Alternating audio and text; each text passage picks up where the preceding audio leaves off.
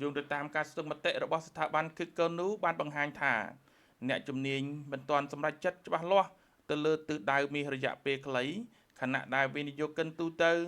បានកាត់បន្ថយភាពជឿជាក់ខ្លាំងរបស់ខ្លួនមកកម្រិតមធ្យមវិញបន្ទាប់អំពីសប្តាហ៍ទុនខ្សោយរបស់មាសជាលទ្ធផលនៅក្នុងការស្ទង់មតិដែលមានអ្នកចូលរួមចំនួន18នាក់នៅតំបន់ Wall Street និង